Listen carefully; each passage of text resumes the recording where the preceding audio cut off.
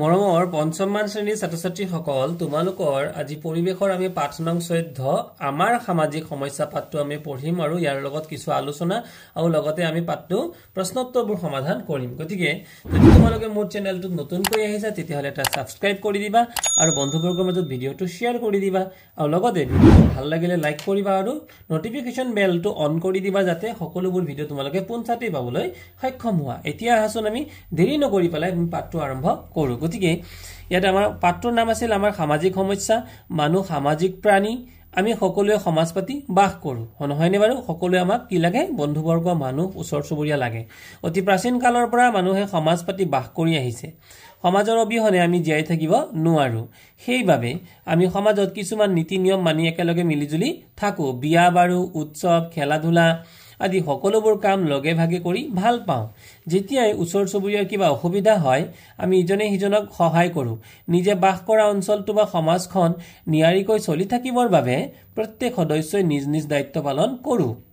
সমাজৰ ভিতৰত থকা প্ৰত্যেকই একোটা সামাজিক প্ৰাণী মানুহে সমাজৰ লগত খাপ খুৱাই জীৱন নিৰ্বাহ কৰিবলগা হোৱা অৱস্থাকে সামাজিক জীৱন বোলে কিন্তু এই সামাজিক জীৱন ঠাই বা অঞ্চল বিশেষে জাতি জনগোষ্ঠী বিশেষে বেলেগ বেলেগ হয় উদাহৰণ স্বৰূপে অসমীয়া মানুহৰ সামাজিক জীৱনৰ লগত অন্য ৰাজ্যৰ লোকসকলৰ সামাজিক জীৱন নিমিলিব পাৰে ঠিক তেনেদৰে পাহাৰীয়া অঞ্চলত বাস কৰা লোকসকলৰ সামাজিক জীৱনৰ লগত ভৈয়ামৰ লোকসকলৰ সামাজিক জীৱনৰ পাৰ্থক্য আছে ব্যক্তিৰ সমষ্টিয়ে হৈছে সমাজ ব্যক্তি মানে মানুহ প্ৰতি এজন এজন ব্যক্তি এনেকুৱা বহু কেইজন মানুহ লগলে কি হৈ যায় এটা সমাজ হয় অৰ্থাৎ কিছুমান মানুহৰ সমষ্টিকে সমাজ বোলা হয় য'ত সকলো একেলগে থাকে ইজনে সিজনৰ মাজত পাৰস্পৰিক আদান প্ৰদান কৰে ভাৱৰ বিনিময় কৰে সুখ দুখ মৰম চেনেহ ইত্যাদিবোৰ মিলা প্ৰীতি নিয়ম শৃংখলাৰ মাজেদি পৰিচালিত হয় আৰু এজনে আনজনৰ পৰা সহায় লাভ কৰে এখন সমাজত সকলো ব্যক্তিৰ সৰ্বাংগীন উন্নতিৰ হকে সকলোৱে নিজ কৰ্তব্য আৰু দায়িত্ব পালন কৰে পৰিয়াল চুবুৰী গাঁও আদি সমাজৰ একোটা গোট গতিকে সমাজৰ গোট কি বুলি ক'লে পৰিয়াল চুবুৰী গাঁও ইয়াৰে প্ৰাথমিক গোট হৈছে পৰিয়াল গতিকে প্ৰথম প্ৰশ্ন আহিব যে সমাজৰ প্ৰাথমিক গোটটো কি সমাজৰ প্ৰাথমিক গোটটো হৈছে পৰিয়াল সামাজিকভাৱে জীয়াই থকাৰ প্ৰাথমিক জ্ঞানখিনি মানুহে পৰিয়াল আৰু পৰিৱেশৰ মাজতে থাকিয়েই শিকে এই সামাজিক গোটবোৰৰ মাজত যিমানেই মিলা প্ৰীতি সহায় সহযোগিতা আৰু বুজাবুজি বৃদ্ধি পাব সিমানে সামাজিক জীৱনৰ ভেটি সুদৃঢ় হ'ব ব্যক্তিগত আৰু সামাজিক জীৱনৰ ক্ষেত্ৰত নিয়াৰিকৈ কাম কৰি যাবলৈ কিছুমান নীতি নিয়ম যুগ যুগ ধৰি সমাজত প্ৰচলিত হৈ আহিছে সময় আৰু পৰিৱেশৰ পৰিৱৰ্তনৰ লগে লগে নীতি নিয়মৰো কিছু পৰিৱৰ্তন অথবা সালসলনি হয় সমাজত প্ৰচলিত নীতি নিয়মবোৰক সামাজিক প্ৰথা বোলে যেনে বিবাহ প্ৰথা মৃতকক সৎকাৰ কৰা প্ৰথা উৎসৱ পাৰ্বণ আদি মৰমৰ ছাত্ৰ-ছাত্ৰীসকল এয়া হৈছে সপোনপুৰী গাঁৱৰ এটি দৃশ্য আৰু চিত্ৰ গতিকে এই গাঁওখনতনো কি হৈছে আমি চাওঁ আহাচোন তো ইয়াত দিছে এক নঙত দিছে যে আমাৰ গাঁৱৰ প্ৰধান আলিবাটটো বৰ বেয়া অলপ বৰষুণ পৰিলে অহা যোৱাৰ বাবে অনুপযোগী হৈ পৰে পঢ়াশালীলৈ যোৱা শিশুহঁতৰো বৰ কষ্ট হয় গতিকে আমি ৰাইজে এই বাটটো ওখ কৰি ল'ব লাগে গতিকে এই মানুহখিনিয়ে আলোচনা কৰিছে উত্তৰ দিছে হয় হয় আৰু 3 নং চিত্ৰত দিছে আমাৰ গাঁও পঞ্চায়তখন থাকোতে আমি ৰাইজে কিয় আলিবাট বান্ধিব লাগে ৰাস্তা ঘাট দলং মেৰামতি খোৱা পানী যোগান আদি কামৰ দায়িত্ব পঞ্চায়তৰ 4 নম্বৰত কোৱা হৈছে যে বৰ্তমান পঞ্চায়তৰ হাতত বাট পথৰ কাম কৰিব পৰাকৈ ধন নাই গতিকে এতিয়া পঞ্চায়তে এই কাম কৰিব নোৱাৰে এও এই কথাটো ক'লে তাৰ উত্তৰত এই মানুহজনে ক'লে যে তেনেহলে এতিয়া আমাৰ আলিবাটৰ ভাল কৰাৰ আন কোনো উপায় নাই নহয় জানো এতিয়া 6 নম্বৰত হ'ল গাঁৱৰ আলিবাট আমাৰ গতিকে আমি ইয়াক সাজি ল'ম আমি মিলিজুলি সংঘৰ সদস্যসকলে এই কামত শ্ৰমদান কৰিম 7 নম্বৰত কৈছে ৰাইজ তেনেহলে আমি ৰূপালীম মহিলা সমিতিৰ মহিলাসকলো আপোনালোকৰ লগত আছো এয়া মহিলা মানুহো আছে হয়নে আমাৰ সমিতিৰ আন সদস্যসকলো আপোনালোকৰ লগত থাকিব আমি সকলোৱে এইদৰে একগোট হৈ সমাজৰ বহু কামেই কৰিব পাৰো সদ্যহতে আমি ৰাইজে লগ হৈ ৰাস্তাটোৰ কামখিনি যিমানখিনি কৰিব কৰো হক পঞ্চায়তলৈ ধন অহাৰ লগে লগে আমি পুনৰ ৰাস্তাটো মজবুত আৰু স্থায়ীকৈ বান্ধি পেলাম অপুনপুৰী গাঁৱৰ ৰাস্তাৰ মেৰামতিৰ কামটো কৰিবলৈ কোন আগবাঢ়ি আহিছিল ৰাস্তাটো ভাল কৰাৰ কাৰণে কি সিদ্ধান্ত লোৱা হ'ল ইত্যাদিবোৰ প্ৰশ্ন তোমালোকে দিছে তোমালোকে প্ৰশ্নবোৰ অকমান চাবা আৰু ইয়াৰ উত্তৰ কৰিবলৈ যত্ন কৰিবা ৰাইজে একগোট হৈ কাম কৰিলে সমস্যাবোৰ লাঘৱ কৰিব পাৰি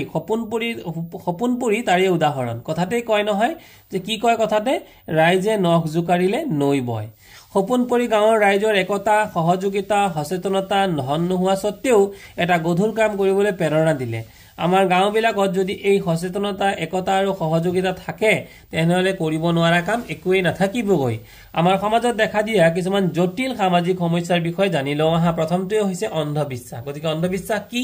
অন্ধবিশ্বাস হল সমাজৰ এক শ্ৰেণীৰ মানুহৰ কিছুমান ভুল ধাৰণা কোনো বিষয় ভালদৰে পৰীক্ষা নকৰাকৈ আৰু চাৰিজাৰি নোচোৱাকৈ সঁচা বুলি বিশ্বাস কৰি লোৱাকে অন্ধবিশ্বাস বুলি কোৱা হয় উদাহৰণস্বৰূপে যাত্ৰাৰ সময়ত সন্মুখেদি মেকুৰী পাৰ হলে অমংগলৰ চিন বুলি কিছুমানে বিশ্বাস কৰে কোনো লোকে ভূত বিশ্বাস কৰে মানৱ সমাজৰ আটাইতকৈ অযুক্তিকৰ ধাৰণাবোৰ হল ভিতৰত অন্যতম হল ডাইনী বিশ্বাস কোনো পুৰুষ বা মহিলা সমাজৰ বাবে অমংগলীয়া বুলি ভাবে তেওঁলোকৰ বাবে সমাজত বেমাৰ আজাৰ দুখ দুৰ্গতি হোৱা বুলি সমাজৰ কিছু লোকে ধাৰণা কৰি লয় এয়া অন্ধবিশ্বাস সাধাৰণতে অৰ্থনৈতিকভাৱে পিছপৰা অঞ্চলৰ বা অশিক্ষিত লোকৰ মাজত এনে অন্ধবিশ্বাস দেখা যায় অন্ধবিশ্বাসে যুক্তি সহকাৰে আৰু বৈজ্ঞানিক চিন্তাধাৰাৰে কথাবোৰ ফহিয়াই চোৱাত বাধা দিয়ে তাৰ ফলত মানুহৰ মগজু আৰু বুদ্ধিৰ বিকাশ নহয় এইদৰে আমাৰ সমাজৰ প্ৰগতিত বাধাৰ সৃষ্টি হয় কুসংস্কাৰ আমাৰ সমাজত কিছুমান কুসংস্কাৰ প্ৰচলিত হৈ আছে যেনে হাপে খুটিলে বেজ মাটি চিকিৎসা কৰা কি বুলি ক'লে হাপে খুটিলে আমি কি কৰো বেজ মাটি চিকিৎসা কৰো হয়নে বাৰু মাটি চিকিৎসা কৰা কোনো বেমাৰ হলে বেজ মাটি মন্ত্ৰৰ দ্বাৰা জৰা ফুকা কৰি বেমাৰ ভাল কৰিবলৈ চেষ্টা কৰা আদি এনে ভুল ধাৰণাৰ বশৱৰ্তী হৈ মানুহে উপযুক্ত চিকিৎসা নাপায় অনাহকতে মৃত্যুমুখত পৰিবলগীয়া হয় লিংগ বৈষম্য মানে ল'ৰা আৰু ছোৱালীৰ মাজত ভেদভাৱ ৰখা কেতিয়াবা ভেদভাৱ ৰাখি ল'ৰা ছোৱালীক সমান সুবিধা দিয়া নহয় কিছুমান পৰিয়ালত বা সমাজত ছোৱালী বা কন্যা সন্তানক ল'ৰা সন্তানক অধিক গুৰুত্ব প্ৰদান কৰা হয় অতীজত ছোৱালীক পঢ়া শুনা কৰিবলৈকে দিয়া হোৱা নাছিল অৱশ্যে ভাৰতে স্বাধীনতা পোৱাৰ পাছৰে পৰা কন্যা সন্তানে পঢ়াৰ সুবিধা পাইছে তদুপৰি আজিকালি সাৰ্বজনীন বিনামূলীয়া আৰু বাধ্যতামূলক প্ৰাথমিক শিক্ষাক মৌলিক অধিকাৰ হিচাপে ঘোষণা কৰাত সকলো ল'ৰা ছোৱালীয়ে সমান সুবিধাৰে শিক্ষা গ্ৰহণ কৰিবলৈ সক্ষম হৈছে সমাজত কন্যা সন্তানক সন্মানে জীয়াই থাকিব পৰাকৈ চৰকাৰে ভালেমান আঁচনি গ্ৰহণ কৰিছে বৰ্তমান এটা শ্লোগান বিখ্যাত হৈ পৰিছে বেটি বচাও বেটি পঢ়াও পুৰুষৰ দৰে মহিলাই ৰাজনীতি সমাজ নীতি শিক্ষা কৰ্মস্থান সকলোতে সম অধিকাৰ পাবলৈ সক্ষম হৈছে কন্যা সন্তানক পঢ়াৰ সুবিধা দিবলৈ চন্দ্ৰপ্ৰভা শইকীয়ানীয়ে গাঁৱে গাঁৱে চাইকেল চলাই অভিযান চলাইছিল তাৰপিছত আছিল শিশু শ্ৰমিক পৰিয়ালৰ আৰ্থিক অনাটনৰ ফলস্বৰূপে অঞ্চলভেদে শিশুসকলে শ্ৰমিক হিচাপে কাম কৰি জীৱিকাৰ উপায় উলিওৱাৰ লগতে নিজৰ পৰিয়ালকো আৰ্থিকভাৱে সহায় কৰে এই ফুলকমলীয়া শিশুসকল ঘাইকৈ ইটা ভাটা কয়লা খনি ৰাস্তা ঘাটৰ শিল বালি কঢ়িওৱা কাম হোটেল ৰেষ্টুৰা আদিত শ্ৰমিক হিচাপে কাম কৰে ইয়াৰ ফলত তেওঁলোকে শিক্ষা লাভৰ পৰা বঞ্চিত হয় খেলা ধূলা কৰি ভাল পোৱা শৈশৱৰ দিনবোৰত তেওঁলোকে কঠোৰ শ্ৰম কৰি জীৱিকা নিৰ্বাহ কৰিবলগীয়া হয় শিশু শ্ৰমিক দূৰ কৰাৰ বাবে আমাৰ চৰকাৰে কি ব্যৱস্থা হাতত লৈছে শিক্ষক শিক্ষয়িত্ৰীৰ পৰা জানি ল'বলৈ দিছে যৌতুক প্ৰথা বিয়াৰ সময়ত কইনাৰ লগত দিয়া বয় বস্তুকে যৌতুক বুলি কয় তোমালোকে দেখিছা বিয়াৰ পাছত কইনাৰ লগত কিছুমান বয় বস্তু দিয়ে পিতৃ মাতৃ বা অভিভাৱকে ছোৱালী এজনীক নতুন ঘৰ এখনত একো অসুবিধাৰ সন্মুখীন নোহোৱাকৈ চলি যাবৰ বাবে কিছুমান প্ৰয়োজনীয় বয় বস্তু যৌতুক হিচাপে লগত দি পঠিয়ায় ই এটা সামাজিক প্ৰথা অতীতৰ পৰা সমাজত যৌতুক প্ৰথা চলি আহিছে যদিও ইও কোনো সামাজিক সমস্যাৰ সৃষ্টি কৰা নাছিল কিন্তু কেতিয়াবা দৰা ঘৰে অধিক যৌতুক দাবী কৰা দেখা যায় আৰু সেইমতে দিব নোৱাৰিলে বিবাহৰ পাছত ছোৱালীয়ে অশেষ নিৰ্যাতন ভোগ কৰিবলগীয়া হয় সেইটো বেয়া কথা যে কেতিয়াবা স্বইচ্ছাই মা দেউতাই কিছুমান বস্তু লগত দিয়ে পঠায় কিন্তু কেতিয়াবা তাতকৈও বেছি যৌতুক লাগে বুলি ছোৱালীক মাৰধৰ কৰা বিভিন্ন ধৰণৰ মানসিক নিৰ্যাতন কৰা ইত্যাদিবোৰ দেখা যায় এইবোৰে হৈছে যৌতুকৰ সমস্যা সমাজৰ সকলো লোকে এই প্ৰথাৰ বিৰূপ ফলৰ প্ৰতি সজাগ হ'ব লাগিব ছোৱালীসকল উপযুক্ত শিক্ষাৰে শিক্ষিত হৈ আত্মনিৰ্ভৰশীল হলে সমাজৰ পৰা এই প্ৰথা নিশ্চয় আঁতৰ হ'ব তোমালোকৰ সমাজত বা অঞ্চলটোত যৌতুক প্ৰথাৰ প্ৰচলন আছে নেকি যদি আছে তেন্তে তাক নিৰ্মূল কৰিবৰ বাবে কি ব্যৱস্থা হাতত লবা তোমালোকে তাকে আলোচনা কৰিব লাগে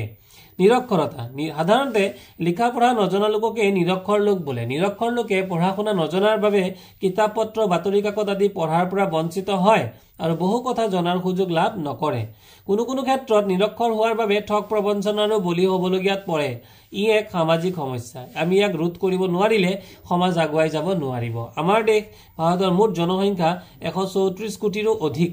2011 চনৰ লোকপিয়ল অনুসৰি ভাৰতৰ শিক্ষিত লোকৰ হাৰ হল কিমান 74.04 অৰ্থাৎ 74.04% পুৰুষৰ সাক্ষৰতাৰ হাৰ হৈছে 82.14 অৰ্থাৎ 82.14% আৰু মহিলাৰ সাক্ষৰতাৰ হাৰ হৈছে 65.46 অৰ্থাৎ 65.4% শিক্ষাৰ ক্ষেত্ৰত মহিলাই স্বাধীনতাৰ ইমান বছৰ পাছতো যিমানখিনি আগবাঢ়িব যাব লাগিছিল সেই অনুপাতে আগবাঢ়ি যাব পৰা নাই তোমালোকে ল'ৰাৰ চোৱা আৰু ছোৱালীৰ চোৱা দ্ৰব্যৰ ব্যৱহাৰ এতিয়া মাদক দ্ৰব্য বা ৰাগিয়াল বস্তুৰ সেৱনে সমাজত একোখনৰ পৰিৱেশ বিনষ্ট কৰে মাদক দ্ৰব্যৰ সেৱনে কেৱল স্বাস্থ্যকে যে হানি কৰিছে এনে নহয় পৰিয়াল একোটা নিঃশেষ কৰিছে এই দ্ৰব্যসমূহ হৈছে মদ ভাং ধপাত বিড়ি সিগাৰেট আদি বৰ্তমান সময়ত এই দ্ৰব্যসমূহৰ ব্যৱহাৰে সামাজিক পৰিৱেশ বিনষ্ট কৰাটো পৰিলক্ষিত হৈছে বাল্য বিবাহ এক সামাজিক সমস্যা ছোৱালীৰ উপযুক্ত বয়সৰে পৰিপুষ্ট নহওঁতে তেওঁলোকক বিয়া দিয়া হয় দেশৰ ভৱিষ্যত প্ৰজন্ম যদি এনেদৰে স্বাস্থ্যহীন হয় তেনেহলে দেশে উপযুক্ত মানৱ সমাজ গঢ়ি তুলিব নোৱাৰিব তোমাৰ অঞ্চলত থকা বিভিন্ন সামাজিক সমস্যাসমূহৰ নাম উল্লেখ কৰি এখন তালিকা প্ৰস্তুত কৰিবলৈ দিছে সমাজ থাকিলে সমস্যা থাকিবই গতিকে এই সমস্যাসমূহ শান্তিপূৰ্ণভাৱে সমাধান কৰাৰ প্ৰতি আমি একেলগে যত্নবান হ'ব লাগিব সামাজিক সমস্যাবোৰ দীৰ্ঘদিন ধৰি সমাজত চলি থাকিলে সমাজৰ শৃংখলা নষ্ট হৈ অশান্তিৰ সৃষ্টি হয় সমাজৰ পৰা এই সমস্যাসমূহ আঁতৰাবলৈ হলে আমাৰ মাজত পাৰস্পৰিক সহযোগিতা বুজাপৰা আন্তৰিকতা এৰা ধৰাৰ মনোভাৱ আৰু সচেতনতা আদি মানৱীয় গুণসমূহ থাকিব লাগিব নিৰক্ষৰতা আৰু শিশু শ্ৰমিক হিচাপে কামত লগোৱা পাৰিবাৰিক হিংসা জনসংখ্যা বৃদ্ধি আৰু আদি সমস্যাবোৰৰ বাবে চৰকাৰৰ সহায়ৰ প্ৰয়োজন বৰ্তমান চৰকাৰে শিশু শ্ৰমিক আইন কি আইন বুলি ক'লে শিশু শ্ৰমিক আইন প্ৰণয়ন কৰি শিশুক শ্ৰমিক হিচাপে কামত লগোৱা কাৰ্য বন্ধ কৰিছে তেওঁলোকৰ বাবে বিশেষ বিদ্যালয় স্থাপন কৰিছে সেইদৰে সমাজৰ পৰা নিৰক্ষৰতা দূৰীকৰণৰ বাবে দেশত শিক্ষাৰ অধিকাৰ আইন কিমান চনত 2009 চনত প্ৰৱৰ্তন কৰিছে বৰ্তমান চৰকাৰে 6 পৰা 14 বছৰীয়া শিশুৰ বাবে প্ৰাথমিক শিক্ষা বাধ্যতামূলক কৰিছে চৰকাৰে আইন প্ৰণয়ন কৰি সমস্যাসমূহ দূৰ কৰাৰ প্ৰয়াস কৰিছে তদুপৰি কিছুমান অনুষ্ঠান প্ৰতিষ্ঠানে এনে কামত সহায় সহযোগ আগবঢ়াইছে দূৰদৰ্শন অনাতাৰ দূৰদৰ্শন মানে হৈছে টিভি অনাতাৰ মানে হৈছে ৰেডিঅ' বাতৰি কাকত পোষ্টাৰ শ্লোগান বাতৰ নাট আদি মাধ্যমেৰে সমাজৰ তথা ৰাজ্যক সজাগ কৰি সমস্যাসমূহ নিৰ্মূল কৰাৰ চেষ্টা চলাইছে গতিকে মৰমৰ ছাত্ৰ ছাত্ৰীসকল ইয়াৰ পিছতে আছে আমাৰ প্ৰশ্নসমূহ আমি এটা প্ৰশ্নসমূহ আলোচনা আছিল সামাজিক সমস্যা বুলিলে কি বুজা সমাজৰ কিছুমান কাৰকে সমাজ জীৱনত প্ৰভাৱ পেলাই সামাজিক বাতাবৰণ বা পৰিৱেশ বিনষ্ট কৰে যাৰ ফলত সমাজ এখন সুস্থভাৱে আগবাঢ়ি যাব নোৱাৰে এনে ধৰণৰ পৰিৱেশ বিনষ্টকাৰী কাৰকসমূহে হৈছে সামাজিক সমস্যা খ নম্বৰ প্ৰশ্ন আছিল সমাজত একতা গঢ়ি তুলিবলৈ কোনবোৰ গুণৰ প্ৰয়োজন হয় সমাজত একতা গঢ়ি তুলিবলৈ প্ৰয়োজনীয় গুণবোৰ হ'ল পাৰস্পৰিক সহযোগিতা বুজাপৰা আন্তৰিকতা এৰা ধৰাৰ মনোভাৱ আৰু সচেতনতা সামাজিক সমস্যাবোৰ কি সামাজিক সমস্যাবোৰ হ'ল বাল্য বিবাহ নিৰক্ষৰতা অন্ধবিশ্বাস শিশু শ্ৰমিক মাদক দ্ৰব্যৰ ব্যৱহাৰ লিংগ বৈষম্য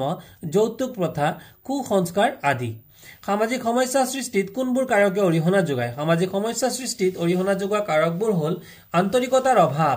বিশ্বাসহীনতা উচ্চ নিজ ভাৱ কি বুলি কলো আন্তৰিকতাৰ অভাৱ বিশ্বাসহীনতা উচ্চ নিজ ভাৱ